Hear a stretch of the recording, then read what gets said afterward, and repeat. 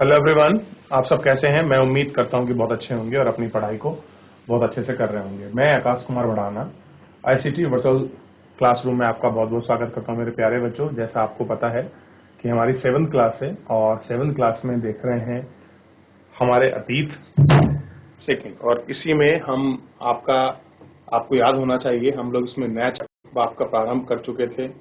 जनजाति खाना बदोश एक जगह से बसे हुए समुदाय, यानी हम बेसिकली इस चैप्टर के अंतर्गत जो आपकी जनजातीय क्षेत्र हैं, वो जनजातीय क्षेत्र के विषय में हम लोग बात कर रहे थे कि जनजातीय व्यवस्था होती क्या है, कौन लोग हैं आपके जनजाति के, कैसे रहते हैं, क्यों उनको खाना बदोश कहा गया है, कैसे ये एक स्थान से दूसरे स्थान की तरफ आपका मूव करते रहते हैं। इसके विषय में पूरी प्रक्रिया को हम लोग आपका अपने इस लेक्चर में पढ़ने का प्रयास करेंगे और देखेंगे आखिर में क्यों इनको खाना बदोश कहा गया है। क्लियर है? तो इन्हीं सभी चीजों पर हम लोग आपका जो है बात कर रहे थे और इन्हीं को हम लोग एक एक करके जो है गौर करके भी बेसिकली आपका देख रहे थे। तो देखिए, कल के लेक्चर में हमने बड़े शहरों से परे जनजातीय समाज के विषय में हमने देखने का प्रयास किया कि क्या था जनजातीय समाज और कैसे ये आपका वर्क कर रहा था। ठीक, उसको जानने का प्रयास किया। पूरा इमेज स्ट्रक्चर्स जो है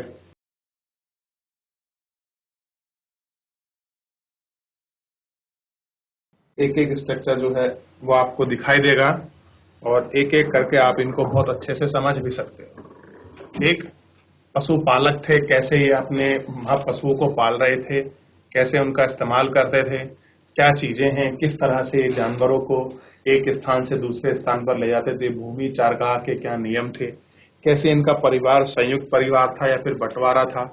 इसके विषय में भी आपने कल के लेक्चर में पढ़ा और उसको देखा कि जो इनकी पारिवारिक स्थिति थी वो क्या रही थी और किस तरह से ये अपना गुजर बसर या फिर आप कह सकते हैं कि जो इनका जीवन यापन की प्रक्रिया थी वो किस प्रकार से थी, और या आप कह सकते हैं कि किस प्रकार ये हो रही थी। तो इसको हमने आपका देख लिया था और फिर हमने देखा कि जनजातीय लोग कौन थे। आखिर में जो जनजाति लोग थे वो कौन थे, उसको हमको आपको देखना है कि आप किनको जनजातीय लोग कहेंगे और जनजातीय व्यवस्था क्या है और जनजातीय व्यवस्था के अंतर्गत क्या क्या चीज हो रही थी। ठीक, तो इन्हीं को सबको हम लोग आपका देखेंगे और इन्हीं पर हम लोग थोड़ा सा अपना जो है बात भी करेंगे।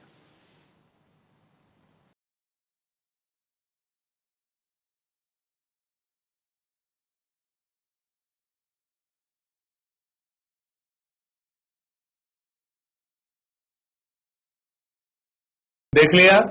तो बहुत सारे इतिहासों में जनजातियों के विषय में बहुत सारे दस्तावेज, उनके रीति रिवाज, मौखिक परंपराओं का संरक्षण है।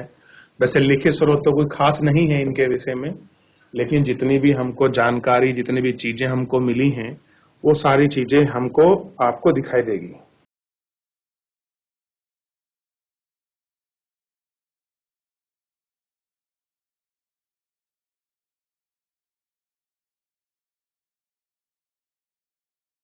देखा? ठीक, आगे बढ़िए। ये कुछ क्षेत्र हैं भारत के जो आपका जनजातीय क्षेत्र है। आप इसमें मुंडा और बेसिकली भील, कौल और जो गोंड है, गोंड और खोंड दोनों को देखिए। गोंड वाला का जो क्षेत्र है, पास पड़ोस का रीजन है, इस पूरे क्षेत्र में ये पाई जाने वाली एक प्रकार की आपकी जनजाति है। आप इनको देखिए और आप इस पर बात करिए।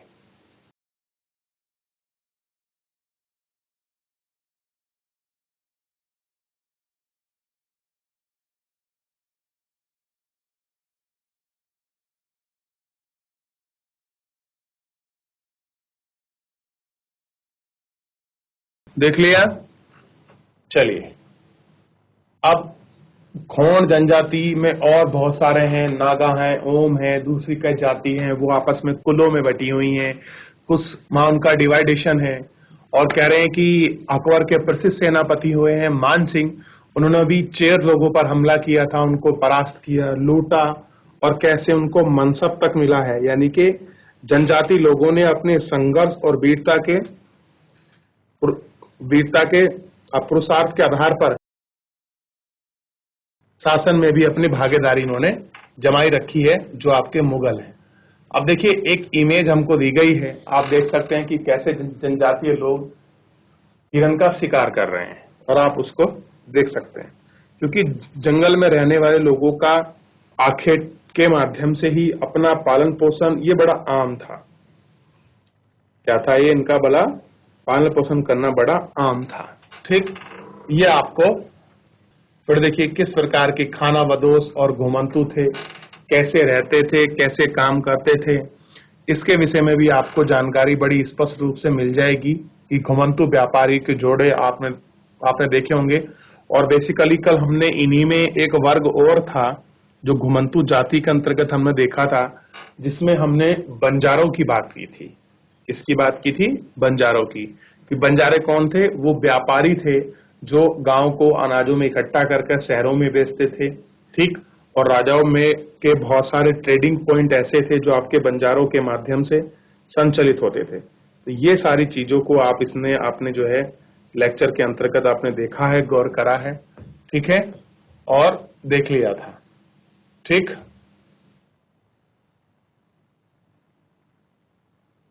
अब देखिए कांस्य का आपका मगरमच्छ बना है, कौन जनजाति द्वारा, आप इसको सामने देख सकते हैं इमेज पर, आपकी इमेज के सामने दिखाया गया है स्क्रीन पर। ठीक, इससे आगे देखिए बदलता समाज, बदलती नई जाति और श्रेणी। जैसे ही आपका समाज बदला, बहुत सारी जाति और नई समूह आपके नई श्रेणियों में ये वर्ग आपका शामिल हुआ और आप इनको देख सकते हो। ठीक, कैसे इनमें रूपांतरण आया, क्या इनमें बदलाव आए, कैसे इनके खान पीन की चीजें थी, इन सभी पर आप गौर करके बहुत अच्छे से इसको देख सकते हैं। गौड़ महिला का चित्र है। अब हम बात करेंगे नजदीक से एक नजर। बेसिकली देखिए खोंड लोग गोंडवाला नामक विशाल वन प्रदेश में रहते थे और कल हमने देखा कि कैसे ये आपका शिफ्टिंग एग्रीकल्चर करते थे। शिफ्टिंग एग्रीकल्चर यानी कि स्थानांतरित कृषि के विषय में हमने पढ़ा कि स्थानांतरित कृषि क्या थी, कैसे वो आपका काम करती है, क्या है शिफ्टिंग एग्रीकल्चर का महत्व। इन सभी चीजों को हमने देखा कि कैसे वो लोग किसी एक क्षेत्र की झाड़ियों को, पेड़ों को काटकर उसको जलाकर उसकी राख को मिट्टी में मिलाकर एक दो बार खेती करते थे, फिर उसको छोड़कर अन्य स्थान पर चले जाते थे और बहुत लंबे समय के बाद वापस उसी स्थान पर आते थे। उनका मानना था कि अगर एक बार किसी स्थान पर जमीन से अगर खेती कर ली जाए तो उसकी उर्वरा शक्ति क्या हो जाती है? कम हो जाती है। ठीक, अब हमने तापी के मुहाने तक बहुत सारी चीजों को हमने इसमें देख लिया था। महारानी दुर्गावती के कहानी को भी हमने इसमें पढ़ा। ठीक, कि चंदेल राजाओं की जो बहन थी आपकी दुर्गावती, जब वो युद्ध करते हुए वहां उसकी मृत्यु हो जाती है। ठीक, और उसका पुत्र है दलपत की भी मृत्यु कम उम्र में हो जाती है। तो इन सब विषय में हम लोग आपका पढ़ चुके थे और कैसे उन्होंने देखते हैं। तो सबसे पहले 1 मिनट के लिए जितना भी हमने कल का लेक्चर पढ़ा है पूरा मैंने आपको रिवीजन करा दिया है इस 5-7 मिनट में, कि जितना आपका कल का चैप्टर, जो बच्चे कल नहीं थे क्लास में, कम से कम आज उनका रिवीजन हो जाए। तो अगर किसी का कोई डाउट है, कल कुछ पूछना है, कुछ जानना है, तो आप मुझसे पूछ लीजिए मेरे प्यारे बच्चों। नहीं तो हम लोग फिर आगे बढ़ जाएंगे चैप्टर की तरफ और हम जितने भी मेन कंक्लूजन की चीजें हैं हम उन पर देखते हुए चलेंगे और बढ़ते हुए चलेंगे। ठीक है, ये आपको ध्यान रखना है।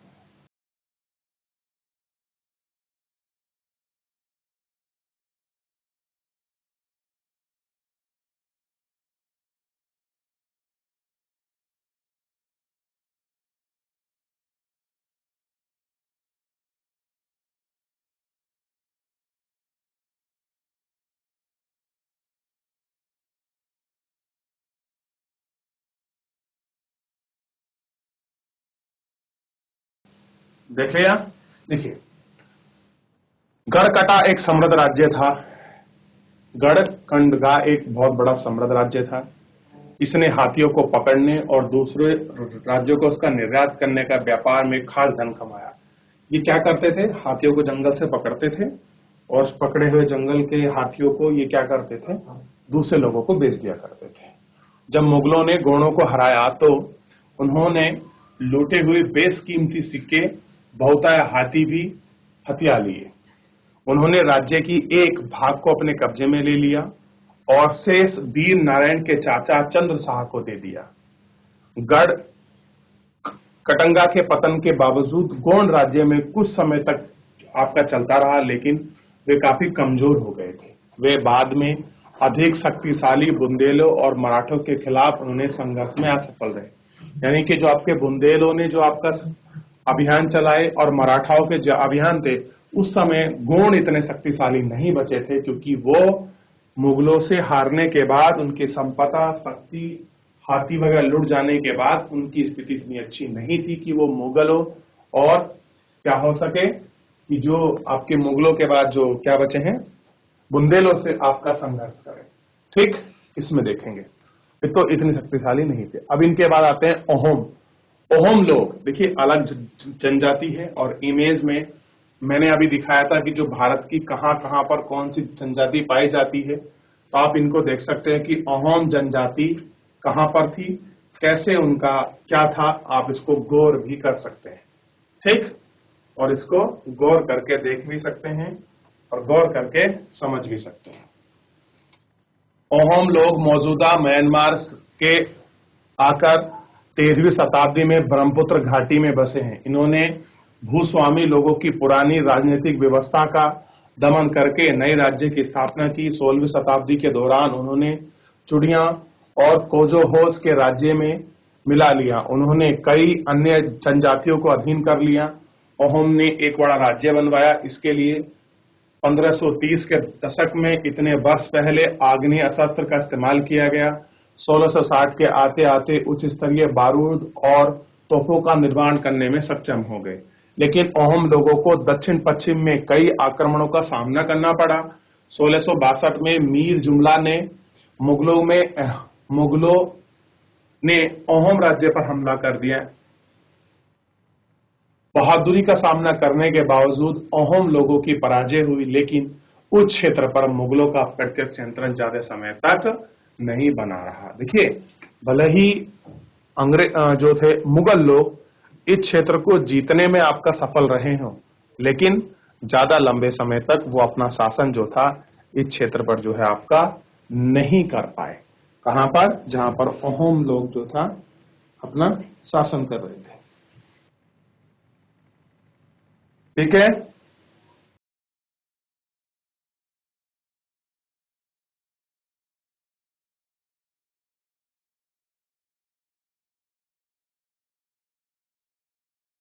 देख लिया, आगे बढ़े। अब देखिए, अहोम राज्य बेगार पर आपका निर्भर था। राज्य के लिए जिन लोगों से जबरन काम लिया जाता था वे पाइक कहलाते थे। पाइका, आपने पाइका विद्रोह भी सुना होगा। देखिए, अहोम राज्य में क्या था कि जिन लोगों से जबरदस्ती काम लिया जा रहा है उनको क्या कहा गया? पाइक कहा गया था। अहोम राज्य की एक जनगणना की गई। प्रत्येक गांव में अपनी बारी आने पर निश्चित संख्या में पाइक भेजने होते थे। जब भी किसी गांव का नंबर आता था तो कुछ लोगों को राजा के यहाँ या फिर किसी जमींदार या शासक के यहाँ लोगों को काम करने के लिए जाना पड़ता था, और उसी संख्या को एक निश्चित थी, उसी को हम पाइक कहते थे। इसलिए जनगणना के बाद सघन आबादी वाले इलाकों में कम आबादी वाले इलाकों में लोगों को स्थानांतरित आपका कर दिया गया। इस प्रकार अहोम कुल टूट गया और 17वीं शताब्दी के पूर्वार्ध में होते होते प्रशासन खासा केंद्रीकृत हो चुका था। ठीक, लगभग सभी वयस्क पुरुष युद्धों के दौरान सेना में अपनी सेवा प्रदान करते थे। दूसरे समय में वे बंधे, सिंचाई व्यवस्था में इत्यादि में निर्माण या अन्य सार्वजनिक कार्यों में जुटे रहे। अहोम लोग चावल की खेती के नई तकनीकें अमल करने लगे थे। अब कह रहे हैं जो अहोम लोग थे ये क्या करने लगे थे? जो चावल की नई खेती हो उसके नए नए तरीकों पर अमल, मतलब उन पर काम करने की कोशिश कर रहे थे कि कैसे आपके चावल की नई खेती को उपजाया जा सके, या फिर जो नई तकनीकी है वो कैसे बाहर आए। ठीक, चित्र नंबर 7 में देखिए, कान के आभूषण हैं कोबाई नागा जाति मणिपुर। इस तरह के कानों के आभूषण को जो थी नागा जनजाति पहनती थी। देखिए, जो भी आपकी जनजातीय समाज है उनका रहन सहन, उनका खान पीन, उनकी रीति, उनकी संस्कृति, उनका कल्चर, उनका पहनावा, उनके तौर तरीके आम लोगों से बिल्कुल डिफरेंट होते हैं। और ऐसा नहीं कि सबका जो जितनी भी जनजाति हो उनका सबका पहनावा खान पीन एक सा हो, नहीं, सबके कल्चर, तौर तरीके, रहन सहन, पहनावा सब एक दूसरे डिफरेंट है। और भगवान को मानने का भी जो तौर तरीका है वो भी कैसा है, बिल्कुल अलग आपको दिखाई देगा।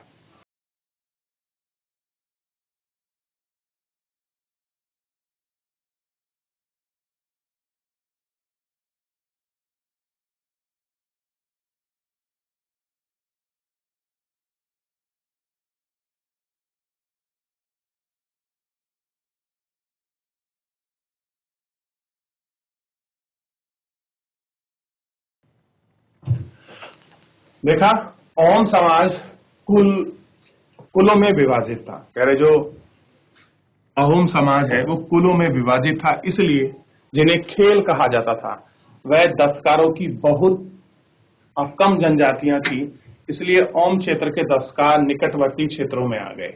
यानी कि कुछ ना कुछ हाथ से कुछ विशेष चीजों को बनाने का इनका जो इनमें कुछ माहिरता थी। एक खेल का नियंत्रण में प्राय कई गांव होते थे। किसानों को अपने ग्राम समुदाय द्वारा जमीन दी जाती थी। समुदाय की सहमति के बगैर राजा तक इसे वापस नहीं किया जा सकता था। शुरुआत में अहोम लोग अपने जनजातीय देवता की उपासना करते थे, लेकिन 17वीं शताब्दी के पूर्वार्ध में ब्राह्मणों के प्रभाव से बढ़ोतरी हुई और मंदिरों और ब्राह्मणों के राज में द्वारा भूमि अनुदान कर ली गई। सिंह साहब के काल में हिंदू धर्म का वह प्रधान स्थान बन गया, लेकिन अहोम राजा ने हिंदू धर्म को अपनाने के बाद अपनी परंपरा आस्था को पूरी तरह से नहीं छोड़ा। यानी कि अहोम राजा ने भले हिंदू धर्म को एक्सेप्ट किया, लेकिन वो जो अपनी जिस तरह की अपनी पूजा थी, परंपरा थी, जिस तरह से वो अपनी संस्कृति के अनुसार वो आपका जी रहे थे, उन्होंने उस संस्कृति, उस कला को जीने की जो तरीका था उसको उन्होंने बिल्कुल अपना नहीं छोड़ा। सारी चीजों को अपनी परंपरा और संस्कृति में जोड़कर चले और उनको मानकर चले आए। ओम समाज एक अत्यधिक परिष्कृत समाज था, यानी कि बहुत फिल्टर समाज था। कवि और विद्वानों को अनुदान में जमीन दी जाती थी। अगर कोई कवि है और इस संघ से जुड़ा है, इस परिवार से जुड़ा है, तो उसको क्या मिलती थी, तो जमीन है वो आपका दान में दी जाती थी। यानी कि यहाँ पर कवियों का, विद्वानों का संरक्षण अहोम जनजाति पहले से ही क्या है आपका करती आई है, और आप इसको बहुत अच्छे से देख सकते हो।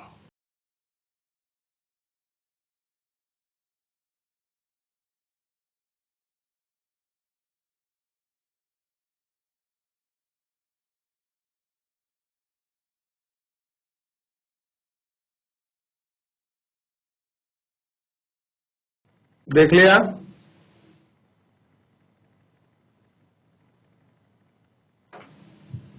चलिए,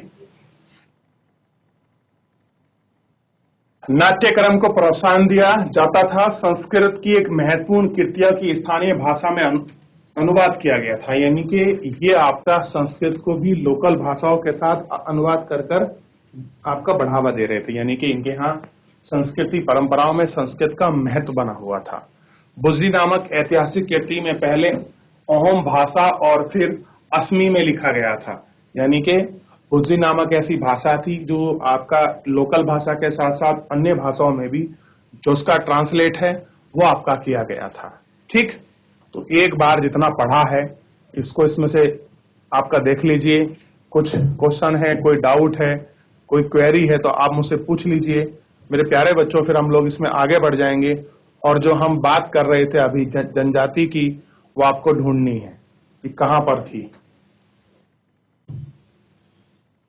तो देखिए, ये रही अहोम जनजाति। क्लियर है? ठीक, तो अभी तक जितना हमने इसमें पढ़ा, कुछ भी देखा, कोई भी ऐसी क्वेरी है, कोई भी आपका प्रश्न है तो आप मुझसे पूछ लीजिए मेरे प्यारे बच्चों। फिर इसमें हम आगे बढ़ेंगे और पूरे चैप्टर के निष्कर्ष के तौर पर हम लोग इसको गौर करके आपका देख लेंगे। एक बार देख लीजिए सभी मेरे बच्चे। किसी को डाउट है, कोई चीज आपको चैप्टर में समझ नहीं आई है, चैप्टर से संबंधित, पूछ लें आप मुझसे।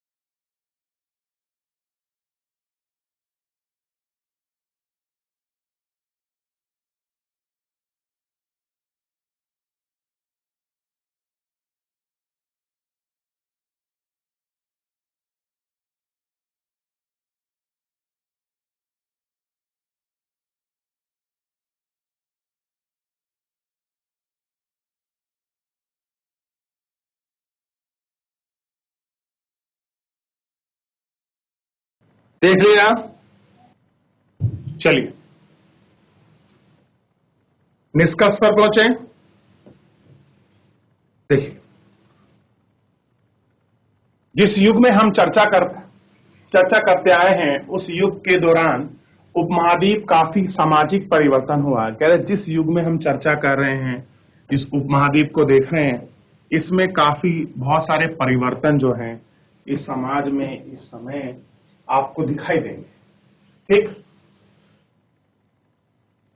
और कह रहे वर्ण आधारित समाज जाति के लोग एक दूसरे से लगातार संपर्क में आ रहे थे, आदान प्रदान हो रहा था, अनुकूल बदलाव प्रक्रिया चल रही थी, बहुत सी विभिन्न प्रकार की जातियां थी, विभिन्न प्रकार की आजीविका थी। कालांतर में कई जातियां समाज आधारित शामिल हुई, लेकिन जातियों में बहुत सनातनी हिंदू धर्म दोनों को नकार दिया। कुछ जातियां सुसंगठित प्रशासनिक व्यवस्था वाले क्षेत्र में थी। कैसे थी? इन सभी क्षेत्र में थी। इस तरह से वे राजनीतिक रूप से ताकतवर हो गए। उन्हें वृहद और अधिक जटिल राज्यों में आपका इनको संघर्ष का जो है सामना आपका झेलना पड़ा, इन सब चीजों को देखना पड़ा। तो ये था पूरे चैप्टर का निष्कर्ष। ठीक। अब इसमें एक अन्य जानकारी है जिसको भी हम अभी पढ़ेंगे, तो एक बार फिर देख लें। पूरे को डाउट बनता है पूछ लीजिए, फिर आगे बढ़े। फिर थोड़ा मंगोलों के विषय में पढ़ेंगे कि मंगोलाइट जनजाति क्या थी। चलिए आगे बढ़ते हैं और गौर करके देखते हैं। देखिए, आपने मंगोलों के विषय में पढ़ा होगा। मैं आपको मंगोलाइट पढ़ा रहा था, और जब मैंने आपको मुगल पढ़ाए थे, ठीक, तो मुगलों का एक वंशज मैंने आपको बताया था कि वो मंगोलाइट थे। अब कौन था यह आपको देखना, तैमूर लंग था या आपका चंगेज खान या फिर आपका चंगेज था। आइए देखते हैं। आपने एटलस में मंगोलिया ढूंढी है, अब मंगोलिया को ढूंढने के मिल जाएगा। इतिहास में सबसे प्रसिद्ध पशुचारी और शिकार संग्रह जाति के मामले मंगोल थी। यानी कि अगर किसी को सबसे अच्छा शिकार करना और पशुचारण प्रसिद्ध का अगर कोई व्यवस्था में प्रसिद्ध था, तो वो केवल कौन थे? मंगोलिया ही लोग थे। वे मध्य एशिया के घास के मैदान यानी कि स्टेपी, देखिए ध्यान दीजिए, एशिया में जो मध्य एशिया में जो घास के मैदान है उनको स्टेपी कहते हैं। थोड़ा उत्तर की ओर में वन प्रांतों में बसे थे। 1206 में चंगेज खान ने मंगोल और तुर्कों की जनजाति में एकता पैदा करके उन्हें शक्तिशाली सैन्य व्यवस्था में आपका बदल दिया। अपनी मृत्यु के समय 1227 में एक सुविस्तृत प्रदेश का शासक कहा गया। उन्हें उत्तराधिकारी का एक नया विशाल साम्राज्य ढूंढ लिया, खड़ा कर लिया अलग अलग समय पर। इसके अंतर्गत रूस, पूर्वी यूरोप, चीन के मध्य पूर्वार्ध में खड़ा बड़ा हिस्सा था। मंगोलों के पास सुसंगठित सैन्य और सैनिक प्रशासन थी। ये जातीय धर्म समूह आपके इन सब पर आधारित थे। कैसे थे? इन सब चीजों पर आपका आधारित थे। तो इस तरह से ये जो पूरा चैप्टर है ये आपका समाप्त हो गया। चलिए इसमें किसी कुछ पूछना है, किसी कुछ देखना है, तो मेरे प्यारे बच्चों आप मुझसे पूछ सकते हैं। चलिए लास्ट तक अगर किसी का डाउट है तो पूछ लीजिए, नहीं तो फिर मैं इसके कुछ ऑप्शन मैं आपको सही मिलान करने के लिए दूंगा। आपको वो सही मिलान करने हैं मेरे प्यारे बच्चों। ठीक है, पूछ रहा है कोई?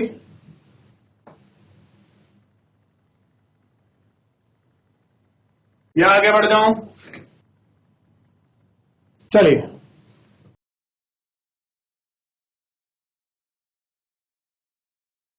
अब ये आपके सामने है, इनका हमको मिलान करना है।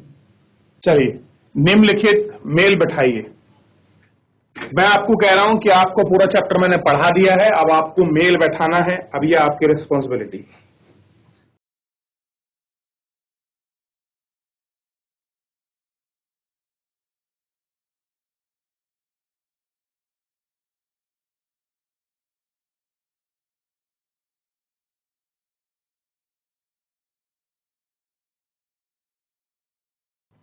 कहिए बच्चों, 1 मिनट है बस, आप इसको जल्दी से बताइए, फिर मैं आगे बढ़ जाऊंगा। नहीं तो इसमें फिर एक एक करके मैं आपको समझा भी दूंगा। देख लिया बच्चों? आगे बढ़ जाएं। कितने बच्चों ने कर लिया है? देखिए एक मिला देता हूं। गढ़ क्या है? 84।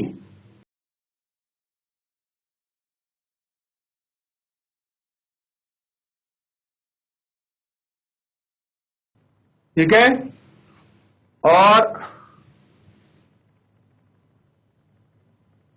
ये होगा कारवा।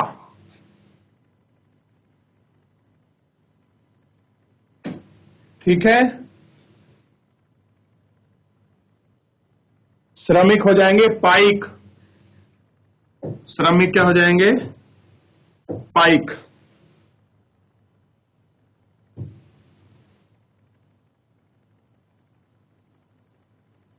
कुल हो जाएगा खेल।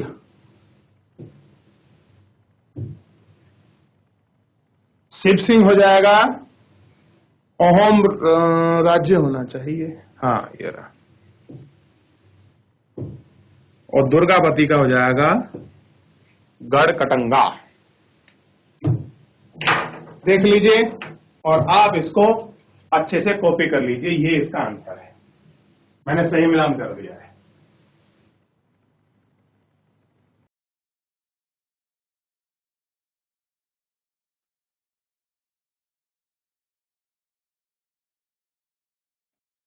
देख लिया बच्चों, तो ये मिलान आपको करना था और आपने इसको अच्छे से देख लिया। आगे बढ़ जाएं।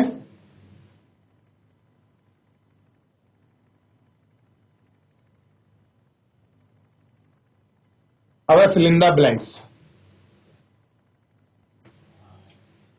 वर्ण के भीतर श्रेणियां वर्णों के भीतर पैदा होने गई नई जातियां कहलाई। मैंने अभी अभी आंसर बोल दिया है, श्रेणियां। आंसर हो जाएगा श्रेणियां। ठीक है, दूसरे में देखिए, दूसरे में हो जाएगा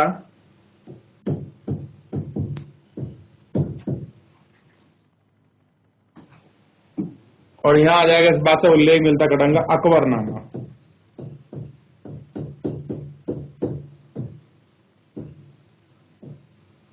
अकबरनामा। लास्ट में क्या है? मंदिर बनवाए और ब्राह्मणों को जमीन दान में दी।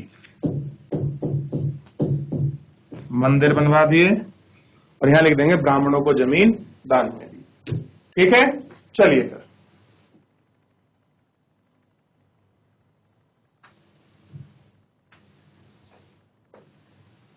तो मेरे प्यारे बच्चों, फिलहाल जो है आज के इस लेक्चर में इतना ही। मिलते हैं नेक्स्ट लेक्चर में, तब तक अपना ध्यान रखिए, स्वस्थ रहिए, अपनी पढ़ाई को बहुत अच्छे से करते रहिए और मुझसे जुड़ने के लिए आपका बहुत बहुत धन्यवाद।